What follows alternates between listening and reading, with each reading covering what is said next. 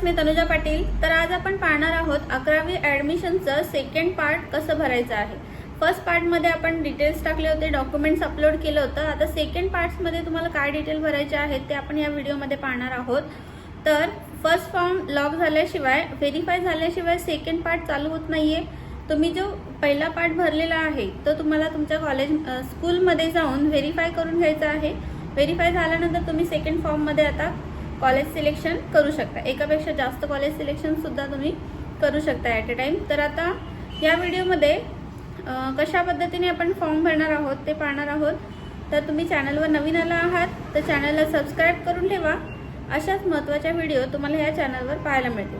चला तर मग आपण व्हिडिओला सुरुवात करूया। बघा, 11thadmission.org.in ह्या वेबसाईटवर यायचं आहे आपल्याला। इथे आल्यानंतर मुंबई MMR सिलेक्ट करायचं आहे।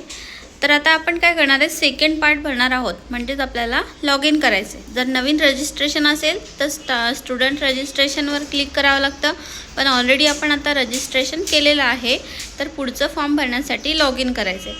तर सेकंड पार्ट जो आहे हा आजपासूनच चालू झालेले 5 जून 2024 पासून चालू झालं आहे। तर लॉग इनवर क्लिक केल्यानंतर ह्या ठिकाणी आपल्याला लॉग इन ID आणि पासवर्ड, तर लॉग इन ID आणि पासवर्ड कोणतं टाकायचं आहे, तर ह्या अगोदरच्या फर्स्ट फॉर्ममध्ये जो आपल्याला MU पासून स्टार्ट झालेला नंबर मिळालेला आहे तो नंबर आपल्याला इथे टाकायचा आहे आणि जो पासवर्ड आपण सेट केलेला आहे तो पासवर्ड टाकून लॉग इन करायचं आहे। लॉग इन केल्यानंतर पहिलं फॉर्म जो आहे तो व्हेरीफाय झालेला असेल तरच तुमचं सेकंड पार्ट चालू होणार आहे, अदरवाईज तुम्ही सेकंड पार्ट फिल करू शकत नाही आहेत।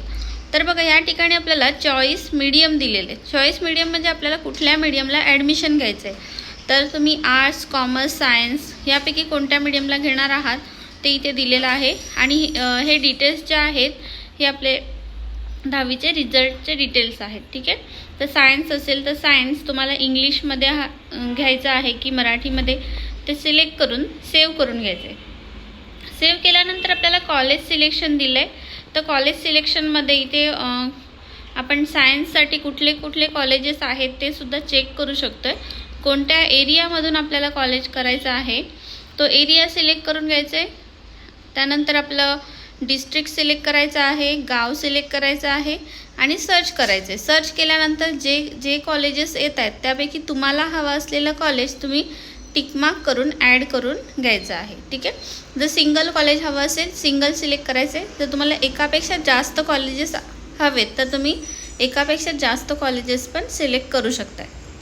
तो सेव्ह केल्यानंतर सेकंड पुन्हा आपल्याला फॉर्म लॉक करण्यासाठी येणार, म्हणजेच तुम्ही एकापेक्षा जास्त कॉलेजेस घेतलेत तर तुम्हाला फर्स्ट नंबरला कुठलं कॉलेज हवं आहे त्यावर पहिलं टिकमार्क करायचे आणि नंतर सेकंड टिकमार्क करायचे। पण आता मी एक कॉलेज सिलेक्ट केलं आहे म्हणून मी सिंगल टिकमार्क करून तो सेव्ह करून घेते।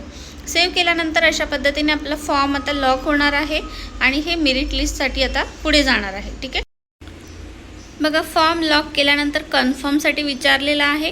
कन्फर्म केल्यानंतर आपण याची प्रिंटआउट काढून घ्यायची आहे आणि ज्यावेळेस मेरिट लिस्ट लागणार त्यावेळेस तुम्हाला ते चेक करून कॉलेजमध्ये ॲडमिशन घ्यायचं आहे। तर अशा पद्धतीने आपण पार्ट 1 आणि पार्ट 2 फॉर्म भरू शकतो, ठीक आहे। माहिती आवडली असेल तर आपल्या 11वीच्या स्टुडंटपर्यंत जास्तीत जास्त ही व्हिडिओ शेअर करा। धन्यवाद आणि चॅनलला सबस्क्राईब करायला विसरू नका।